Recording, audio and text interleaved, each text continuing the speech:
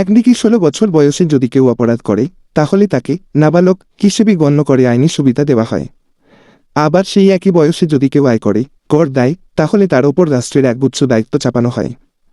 তাহলে ১৬ বছর বয়সীরা যখন কাজ করতে, আয় করতে, কর দিতে সক্ষম, তাদের গণতান্ত্রিক মতপ্রকাশের অধিকার থেকে বঞ্চিত রাখা কি যৌক্তিক?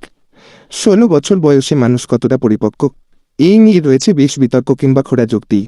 তবে আধুনিক সময়ে ১৬ বছর বয়সী কিশোররা শুধু স্কুলের পাকে সীমাবদ্ধ নয়, বরং তারা ইন্টারনেট ব্যবহার করে, অনলাইন প্ল্যাটফর্মে সক্রিয় থাকে, চাকরির চেষ্টা করে, কখনো কখনো পারিবারিক দায়িত্ব বহন করে এবং নানা সামাজিক কর্মকাণ্ডে অংশ নেয়। এমনকি বিভিন্ন দেশে যেমন অস্ট্রিয়া, ব্রাজিল ও স্কটল্যান্ডে ১৬ বছর বয়স থেকেই ভোটাধিকার দেওয়ার ইতিহাস রয়েছে। তবে বিপরীত চিত্রও থাকতে পারে।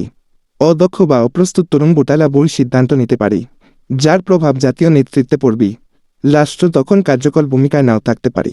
১৬ বছর বয়স মানেই যে পূর্ণ পরিপক্কতা তা কিন্তু নয়।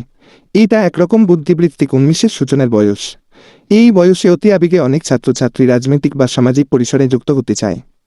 তাই তাদের অতি সহজেই রাজনৈতিক দলগুলো প্রভাবিত করে, যার ফলে এসবে জড়িয়ে পড়ে তাদের পড়াশোনায় চূড়ান্ত ক্ষতি হবে, যা তাদের দৃষ্টিভঙ্গি ও মানবিক আচরণে প্রভাব ফেলবে। আমাদের বোঝা উচিত কিছু রাজনৈতিক ব্যক্তিরা এই রাজনীতিকে পেশা বা খেলা হিসেবে দেখে, আবার ভোট কেনাবেচার মতো দুর্নীতিতে এই বয়সীরা সহজে শিকার হতে পারে। তাই এই প্রভাব সহজে মুক্ত করতে প্রয়োজন রাষ্ট্র, সমাজ, শিক্ষক, পরিবার বা মিডিয়ার প্রত্যক্ষ ভূমিকা। এই বয়সের নাগরিকরা যেমন কিছু অধিকারভোগী, তেমনি অনেক দায়িত্ববানও। কাজেই বাংলাদেশের প্রেক্ষাপটে ১৬ বছরে ভোটাধিকার দেওয়ার আগে প্রয়োজন ব্যাপক গবেষণা, পাইলট প্রকল্প, সচেতনতামূলক প্রচার এবং স্কুল পর্যায়ে নাগরিক শিক্ষা নিশ্চিতকরণ। ধন্যবাদ।